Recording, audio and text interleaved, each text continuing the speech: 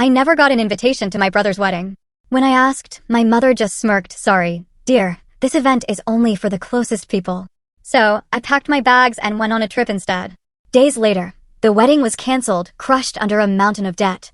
That's when the calls started. The whole family begged me to step in. But by then, it was already too late. Imagine finding out your own family, the people who raised you, secretly planned the biggest day of your brother's life, and didn't invite you. They thought they could erase me, but what they didn't know was that their golden boy's wedding was about to unravel, not because of anything I did, but because of everything I stopped doing. Stick around, because this isn't just a story about being excluded. It's about the gut-wrenching power of finally saying no when they only come calling to clean up the mess they made. So, let's go back. You know that feeling when a phone call is just different? It's in the pause before your mother speaks. The chill behind her words. For me, it hit on a damp Thursday morning in Brooklyn. I was buttoning up my coat, just heading out the door. "Jenny," she said, her voice clipped cool. "You're not invited to Mark's wedding. It's just family, dear. Just family." I swear I forgot how to breathe. I stood there, phone pressed to my ear, staring at the dusty ficus in my apartment window. It made no sense. I was family. I was Mark's only sister. But that one word just cut me out of the frame entirely. "What?" I finally choked out. "You're saying I'm not. It's complicated," she interrupted. "We've decided to keep it intimate. We're a team." Like I was a stranger. Before I could even respond, my phone buzzed. A group text notification. It was Mark, my golden boy older brother. His message was barely a sentence. "Hey everyone, just confirming the guest list is tight. No extras. Hope you understand. Can't wait to celebrate." No extras. The pit in my stomach turned cold.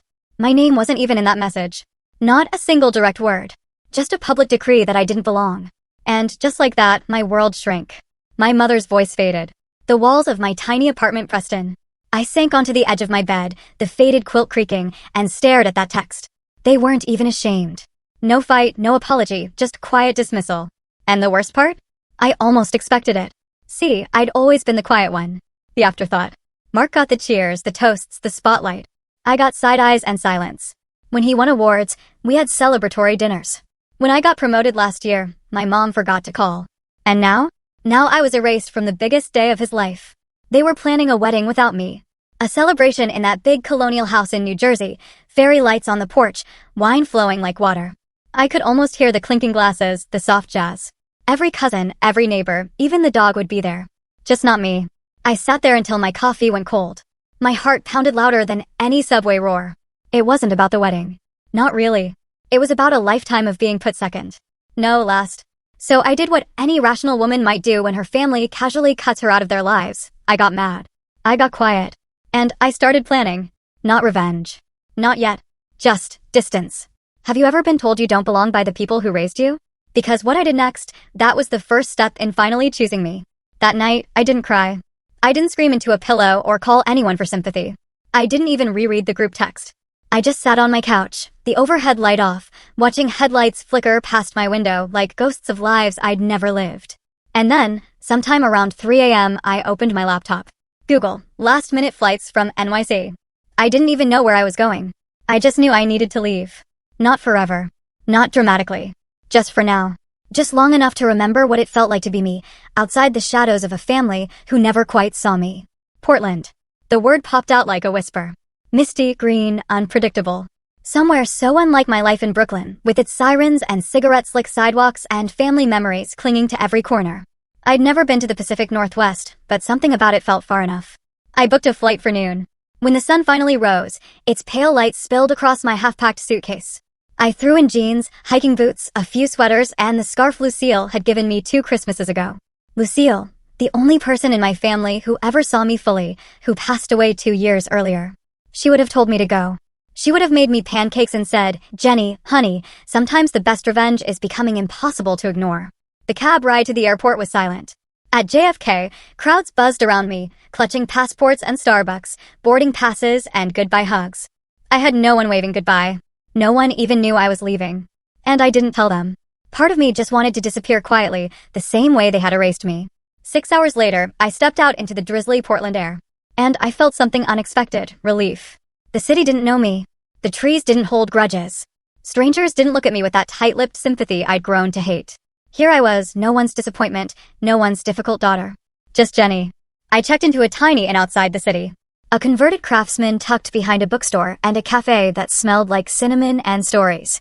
My room had a slanted ceiling, creaky floorboards, and a window with foggy glass that looked out over a street lined with crooked trees. That first night, I didn't sleep much. But I did breathe. And that was something. The next morning, I walked. Aimlessly. Through wet sidewalks and hidden alley murals, past coffee carts and vinyl shops and moss-covered benches. I stopped for tea at a cafe where no one asked me about Mark. No one looked at me like they were about to say, "It's just family, dear." It was the first time in years I wasn't preparing for someone else's expectations. I thought about all the times I'd bent myself into someone else's shape.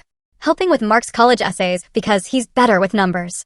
Organizing Mom's birthday party while she gushed about how thoughtful Mark was for remembering the champagne. Skipping my own vacation to attend his law school graduation. I had been the scaffolding for everyone else's moments. But now I was gone. And no one noticed. I spent that evening curled up in the inn's common room, reading a used paperback and sipping hot cider. A couple next to me played chess. A girl in a raincoat doodled in a sketchpad.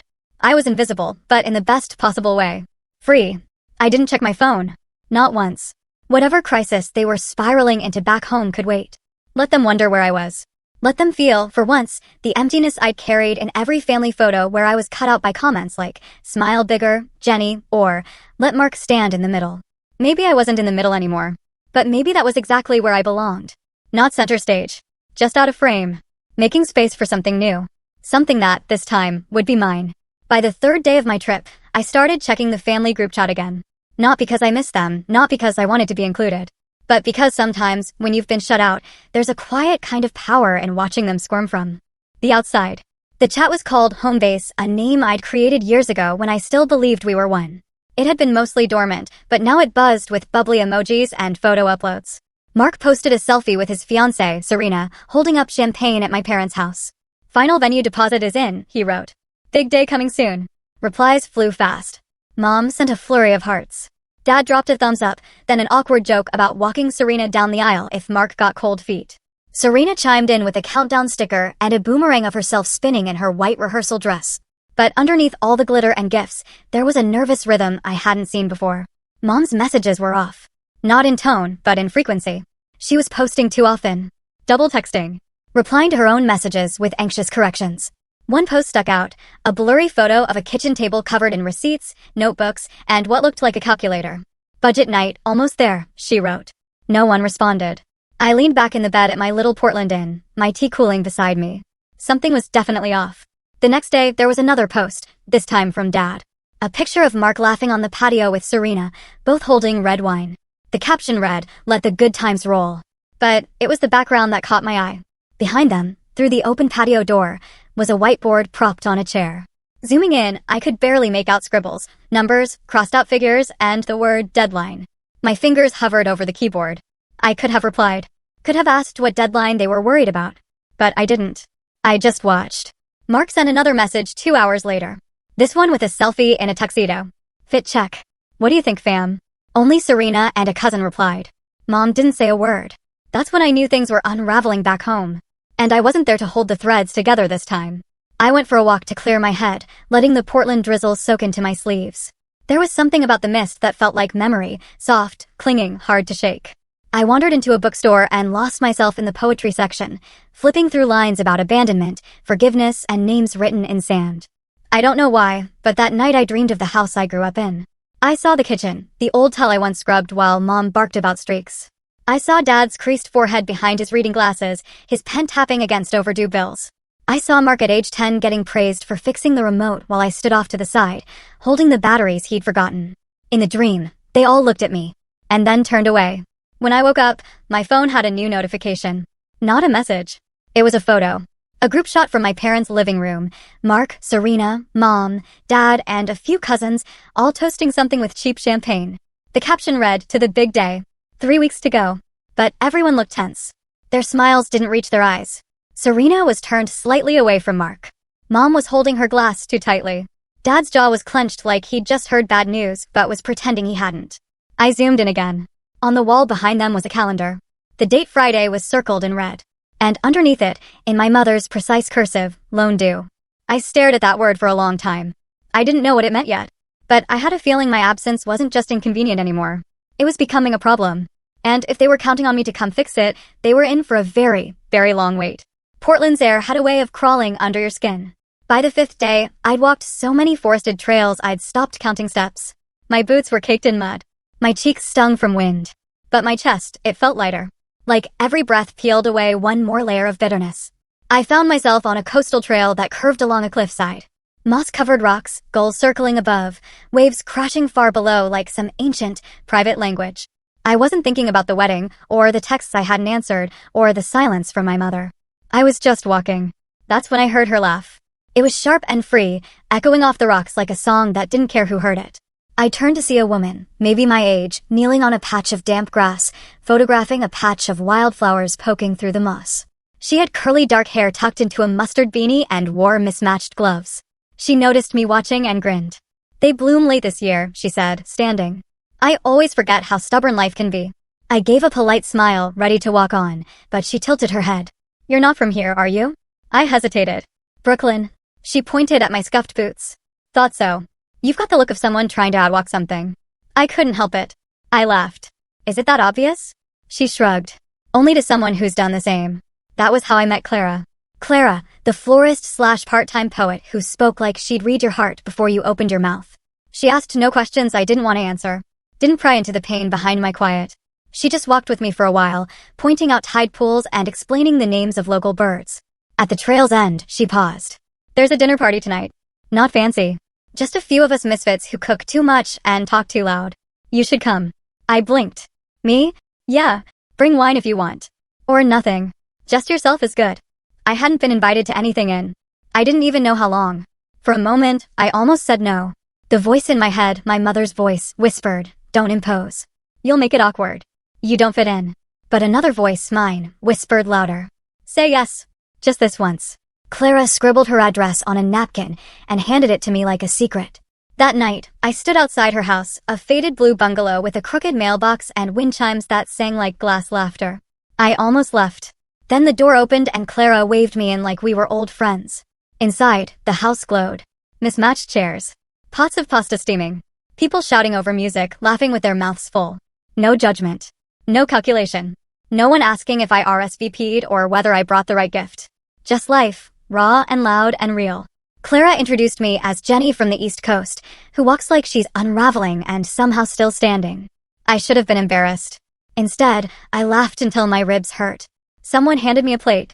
Someone else poured me a glass of red wine. I sat between a woman named Emo who made her own soap and a guy named Devin who taught guitar to kids in foster care. They didn't ask about my family. They asked what made me happy. What kind of sky I missed. What food I'd cook if I could only make one dish for the rest of my life. I hadn't had a conversation like that in years. Somewhere between the garlic bread and the last pour of wine, I felt something shift. I felt seen. Not as the daughter who was too quiet. Not as the sister who didn't sparkle like Mark. Not as the ghost in the family album. Just Jenny. By the time I left, Clara hugged me like we'd known each other for years. "You're good company," she whispered. "You don't owe anyone an explanation for existing, you know." I walked home with her words buzzing in my chest. No one had ever said that to me. Not once. And as I curled into bed, phone still untouched, I realized there was a whole world outside the circle I'd spent my life trying to belong to. And maybe, just maybe, I didn't need their seat at the table anymore. Because I was starting to build my own. I didn't check my phone for 3 full days. Not once. Instead, I let it sit at the bottom of my tote bag, silenced, while I lived like someone no longer tethered to obligation. Clara took me to a local poetry reading. I helped Emo make soap in her garage, lavender and lemon zest. I even stayed up late one night sketching out a recipe for lentil stew I wanted to try. Something that would have been laughed off at home as too weird or too earthy. For once, no one was measuring my worth by how useful I was. But on the morning of the 4th day, curiosity tugged. I turned on my phone while sipping coffee in a sun-drenched Portland cafe, half expecting a handful of messages.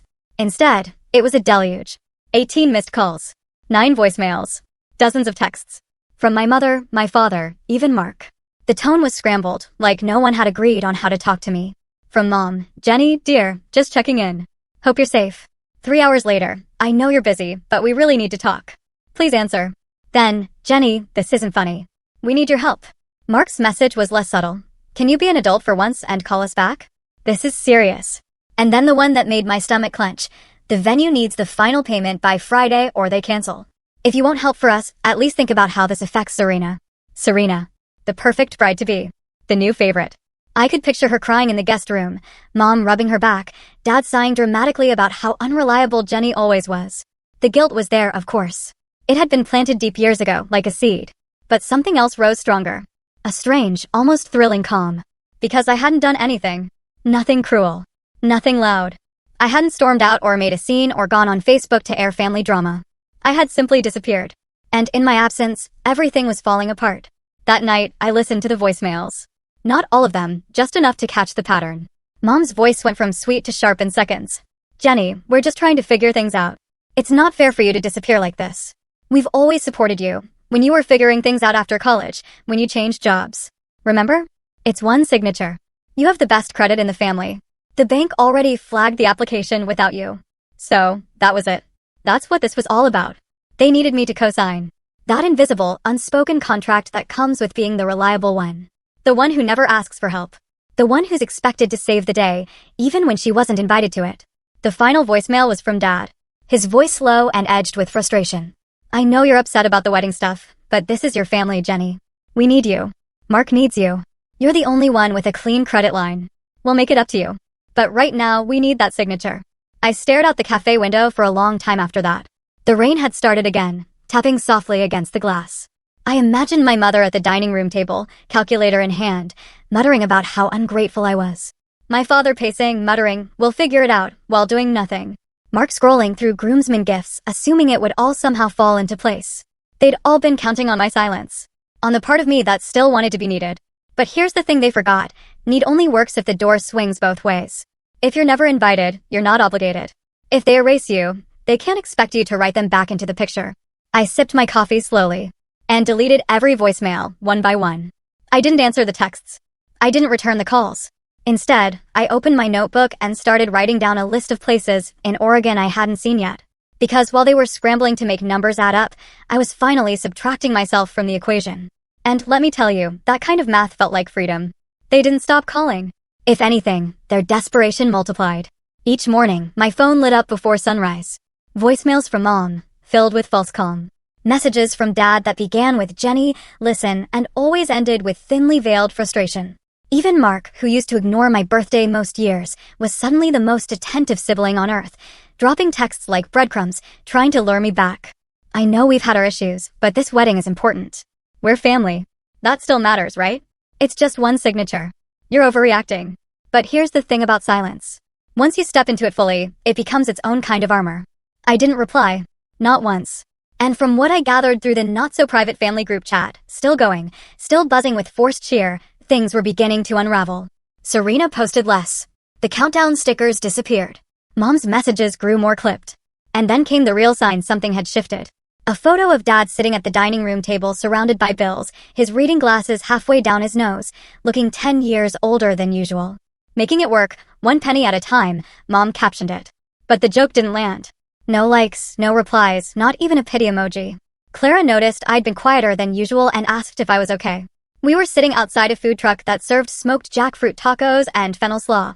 Just watching a fire from far away, I said, only half joking. Sounds like you used to live in the fire, she replied, licking hot sauce from her thumb. Yeah, I admitted. I think I did. Clara didn't push for details. She never did. But that night, in my tiny rented room above the cafe, I scrolled through the family chat again. Not because I missed them, but because I needed to know how far they'd fall before they stopped pretending they didn't need me. It was worse than I thought. One message from Mom to Mark stood out. Not meant for the group, but accidentally posted publicly. If she doesn't call back today, we'll have to tell the venue we can't make the payment. Your father's already maxed the cards. I told you this was too much. Mark responded instantly, but only with one word, handled. No response followed. It was like watching a stage collapse from behind the curtain. That night, they tried calling again. 7 times in a row. I turned my phone off. Let them feel the silence. Let them sit in the chaos they'd built brick by selfish brick. I wasn't being cruel. I wasn't being petty. I was just done. Done being the reliable fallback. Done being the invisible backbone. Done being invited only when it was convenient to them, and discarded the moment I wasn't useful. And you know what? I slept like a rock. The next morning, I didn't check for updates. I made banana pancakes with Clara and Emo in their shared kitchen, laughing over a broken spatula and someone's burnt toast. And when Clara offered to drive us all up to Cannon Beach for the day, I didn't hesitate. While my mother probably sat on hold with the bank, while Mark paced and panicked, while Serena tried on a dress she might never wear, I stood on a windy shoreline wrapped in a borrowed jacket. Toes digging into cold sand. No phone. No guilt. No obligations. Just the rhythmic hush of the tide, like a promise. This is what peace sounds like when you finally stop begging for it. The sky was gray again. In Portland, that meant comfort more than gloom. Like the world itself understood the need to go quiet, to pull inward, to rest. I sat alone in a tiny cafe tucked between a comic shop and a laundromat, sipping oat milk chai and listening to rain tap gently against the windows. And then, for the first time in 2 days, I turned my phone back on. It vibrated violently in my hand, like it had been holding its breath too. 17 missed calls. 10 new voicemails. A full screen of texts. The name that appeared most, Mom. The second most, Mark. Not one from Serena. I started with the messages, just to feel the temperature of the storm. Jenny, please call me. I don't know what you're trying to prove. This is serious. The bank said no again. They're calling it incomplete financial risk. We need you. It's your brother's wedding, for God's sake. You're really going to let everything fall apart after all we've done for you? I paused at that one. After all we've done for you, the phrase landed like a slap. All I could think of was every late-night airport pickup I'd done. Every birthday they forgot. Every family trip where I was handed the camera instead of being invited into the photo. Everything they'd done for me was built on a story they wrote. And one I no longer accepted. The voicemails were even more frantic. Mom's voice trembled in the first one. Jenny, it's your mother. I need to hear your voice. The venue says they need full payment by Friday or the date's gone. And we've already sent out invites. Serena's parents are asking questions. Your father is, well, he's not handling it well. Call me back, please. In another, she didn't bother with pleasantries. You've made your point. You're angry. We understand. But you've had your little vacation. It's time to be part of this family again. We need that co-signature. I stopped the playback halfway through. Because in her voice, I heard something new. It wasn't guilt. Not regret. Certainly not apology. It was panic. Pure, rising, irreversible panic. Not because they missed me. Because they were losing control. And they were finally realizing I wasn't going to save them this time. I opened a blank text. Typed out, I saw your messages. And then deleted it. Because I wasn't going to soften the silence with half answers or polite refusals. I wasn't going to explain myself to people who never cared about the why behind my choices, only the convenience. Instead, I took a slow breath and looked out the window. The city outside was in no rush. People walked under umbrellas. Dogs in raincoats trotted beside them. A boy with headphones danced across the crosswalk like no one was watching. Life continued. My life continued. And I didn't owe anyone an entry pass anymore. Later that evening, back at the inn, I did the only thing that felt right. I deleted the voicemail notifications. I archived the family chat. I set my phone to do not disturb and tucked it screen side down into the nightstand drawer. And then I did something else. I took out a pen and started writing. Not a text. Not a letter. Just a list titled, Things I No Longer Accept. At the top, asterisk conditional love disguised as tradition. Manipulation packaged as family duty. Being the emergency contact for people who don't even remember your birthday. Asterisk I fell asleep with the pen still in my hand. No one had ever taught me what self-respect looked like. But I was learning. And it was quiet, and it was firm, and it felt like coming home. To myself. I found out the wedding was canceled the same way I found out I wasn't invited in the first place, through the family group chat. No phone call. No voice. Just digital shrapnel. It started with Serena's mother. She wasn't even part of the chat, but someone had screenshotted her Facebook post and dropped it in without comment. To those asking about Mark and Serena's wedding, it has been postponed indefinitely. We appreciate your understanding during this difficult time. Please direct questions to the couple directly. Postponed indefinitely, a soft phrase that felt like a cracked wine glass. It doesn't shatter loudly, but you know it's useless now. The chat exploded after that. Cousin Tyler asked if it was a joke. Aunt Mari demanded clarification. No one answered. Then, like clockwork, Mark posted, Sorry, everyone. Venue fell through last minute. We'll reassess soon. Appreciate your support. That was it. No apology. No admission. Just a vague shrug as if the most elaborate event of the year hadn't just evaporated overnight. But I knew better. I went to Serena's Instagram next, just to confirm. Everything was gone. Every post, every photo, every caption with hearts and hashtags and countdown to forever scrubbed like it never existed. Her profile was blank. The final nail came from my cousin Amber, who texted me directly. Something no one had done in weeks. I don't know what happened exactly, but your mom was crying on the porch when we showed up. Some guys from the venue showed up too. It was bad. I could picture it. Mom standing there in her pearls and pressed slacks, trying to pretend she hadn't bet it all on a fantasy. Dad behind her, probably blaming the weather or a banking glitch. Mark fuming because someone finally told him no. And Serena, she was smart enough to walk. What I didn't expect, what I should have expected, was how fast the blame shifted. That night, my voicemail blinked again. I let it play over dinner in my room, just to see how far they'd go. Mom's voice was ice wrapped in velvet. Well, I hope you're happy everything fell apart. Serena's family is humiliated. Mark is devastated. This is on you, Jenny. All you had to do was answer. One signature, one call. But no, you had to make a point. I hope it was worth it. She didn't cry. She didn't plead. She assigned blame like a verdict. It was surreal. Because the only thing I'd done was nothing. I didn't destroy the wedding. I didn't lie to vendors or make promises I couldn't keep. I didn't overspend or take out loans with shaky credit. I didn't design a dream around assumptions and entitlement. I simply didn't come running when they snapped their fingers. And that was enough to burn it all down. It should have crushed me, hearing that message. The guilt should have surged. But it didn't. Because deep down, I knew they were never really planning a wedding with me. Just around me. And when their house of cards finally collapsed, they reached for the one piece they'd always expected to hold. Me. But I wasn't there anymore. And now their silence wasn't icy or smug or dismissive. It was empty.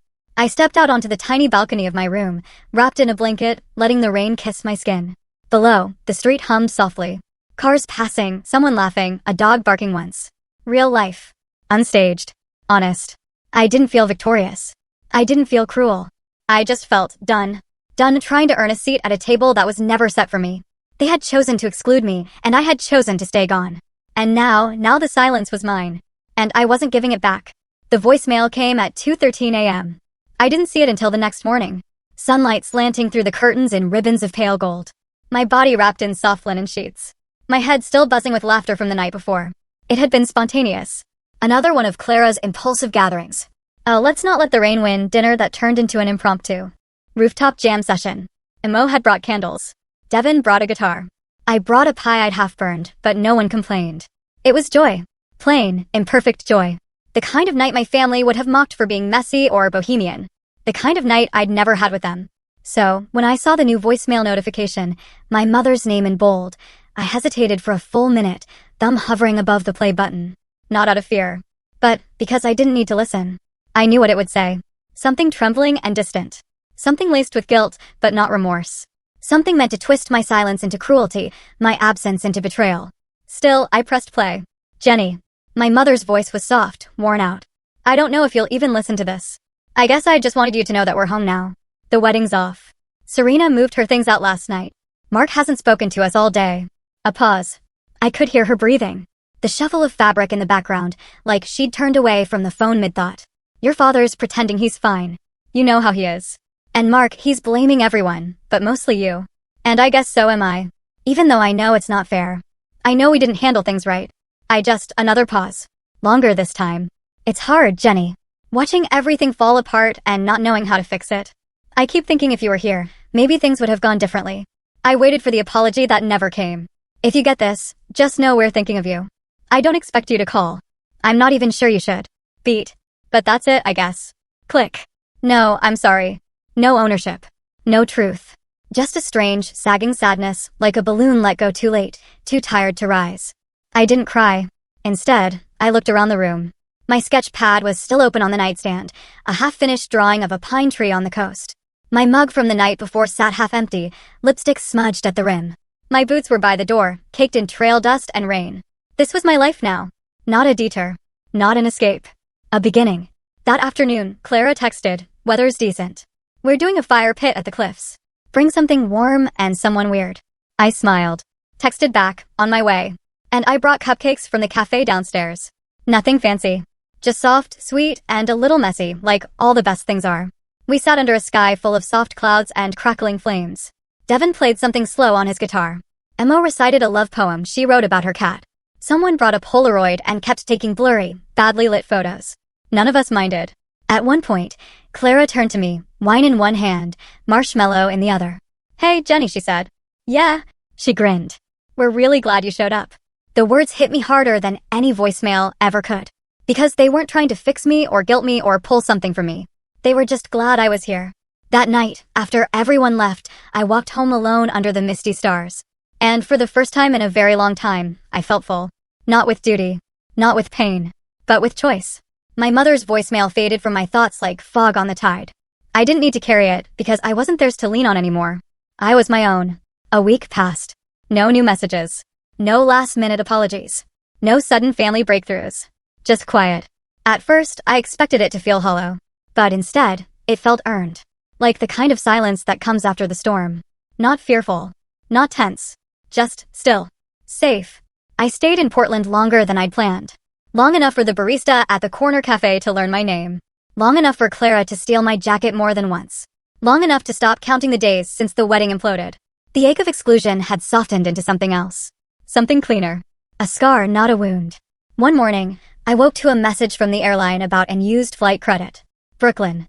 The word landed with a dull weight. The truth was, I didn't want to go back. Not yet. Maybe not ever. Not in the way they expected. And that's when I opened the family group chat for the first time in over 2 weeks. It was still there, frozen in digital amber. The last message had been from Serena's cousin asking whether she should cancel her hotel reservation or if things were still happening. No one had replied. I typed slowly. Mark, hope you're doing okay. I heard about everything. Wishing you peace and clarity as you figure out next steps. That was it. Polite. Distant. Complete. Then I opened a new tab and booked a ticket. Not home. To Iceland. A place I'd always dreamed of seeing, but had never dared book. Too remote. Too expensive. Too indulgent. A trip I'd once thought I'd need someone else to go with. But not anymore. I chose February. Cold. Quiet. Aurora season. It felt right. Symbolic maybe. But real. A goodbye trip, but not to a person. To a version of myself who'd been willing to shrink in silence. Who'd waited for acknowledgement that was never coming. Who'd given and then begged to be seen in return. I left a note on the nightstand of the Portland Inn before I checked out. A thank you. A memory. A trace of someone learning to start again. On my last night in town, Clara threw a goodbye potluck. Nothing fancy. Folding chairs. A borrowed speaker. Someone's questionable lentil loaf. But the warmth in that tiny room could have melted glaciers. They toasted with cheap wine to new starts. To old wounds left behind.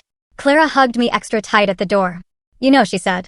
When I met you on that trail, I thought, she's got a storm behind her. I laughed. You weren't wrong. But you stayed through it, she said. You let the rain fall, and then you made something better. I'm still making it, I said quietly. Good, she whispered. Keep making. Back in my room, I packed slowly. My phone buzzed once. An Instagram notification. Mark had posted a photo. No caption. Just him alone at a beach somewhere, staring out at the water. I didn't like it. I didn't comment. I didn't feel bitter. Just distant. Like we lived on separate maps. Before I turned in for the night, I lit a small candle someone had left in my goodbye basket. The scent was cedar and sage. Clean. Healing. I stood by the window and watched the last of the Portland rain fade into fog. Tomorrow, I'd board a plane alone. Not running. Not escaping. But expanding. Because sometimes the best stories start after the door closes. And mine? Mine was just beginning. It was a rainy night in Brooklyn. The kind where the gutters are full and the taxi tires make long sighs against the pavement. I'd only come back to grab a few things, to clear out the apartment before officially subletting. My flight to Iceland was in 36 hours. I had no plans to tell anyone I was in town. Which, of course, is exactly when they came. It was nearly 9 p.m. I was folding laundry when the buzzer rang, 3 times in quick succession. I froze. No one I knew buzzed like that. A knot formed in my gut before I even crossed the room. I pressed the intercom. Hello. Silence at first. Then a familiar voice. Too careful. Too composed. Jenny, it's Mom. Behind her, I heard movement. More voices. Please let us up. We just want to talk. My hand hovered over the release button. I didn't press it. Instead, I walked to the window. 3 stories below, huddled under a dripping black umbrella, stood my parents and Mark. All 3 looking older than I remembered. Tired. Worn down. Mark looked like he hadn't slept in days. My father's coat was too big on him. My mother was wearing heels she used to carry with confidence, now soaked and sinking into the sidewalk. I didn't move. The buzzer rang again. And again. Finally, I sighed. And walked to the elevator. Pressing the button. Waiting. I didn't want to do this in the hallway. If they were coming up, they could see me on my terms. When the knock came at my door, I didn't rush. I opened it slowly. 3 stunned faces greeted me. None of them spoke for a full breath. Mark was the first to try. Jenny, but I raised a hand. Don't, I said softly. Just say what you came to say. My mother stepped forward, clutching her purse like a lifeline. We made mistakes, she said. Terrible ones. I thought I was doing what was best for everyone. You always seemed so strong. My father cleared his throat. We thought you didn't need us. That you were fine. I said nothing. Mark looked at me, eyes red. I messed up. I know that. But the wedding, Serena, all of it, it fell apart, and I blamed you. But the truth is, I counted on you fixing it. Like always. There it was. The honesty. Too late, but real. We came to say sorry, my mother added, and to ask, well, if you'd consider helping us still. The house, the debt, it's worse than we admitted. And your credit. I held up a hand again. They went quiet. I stepped back from the doorway. For one tiny second, their faces lit with hope. But then I reached for the suitcase beside me. It was already packed. Already zipped. I pulled it behind me and stepped into the hallway. Then, without a word, I gently closed the door behind me. Mark blinked. Wait, where are you going? The elevator dinged at the end of the hall. I walked toward it. Steady steps. Heart calm. My mother called after me, Jenny, please don't just walk away. I didn't turn around. I pressed the button. The doors slid open with a soft whoosh, and I stepped in. They didn't follow. They just stood there, all three of them, still soaking from the rain, still carrying everything they refused to see until now. The doors began to close. And just before they did, I met my mother's eyes one last time. I didn't smile. I didn't cry. But I did nod. A small, firm gesture that said everything I needed to say, asterisk, I heard you. I see you. But I'm not coming back, asterisk, the door shut. And I was alone. As the elevator descended, my reflection stared back at me from the mirrored panel. For the first time in a long time, I saw someone I respected. Not because she forgave. Not because she fixed it. But because she finally chose herself. Outside, the rain was still falling. But this time, it didn't feel heavy. It felt like cleansing. Like beginning. I stepped out onto the street, suitcase in hand, and walked toward the cab waiting at the curb. Iceland could wait.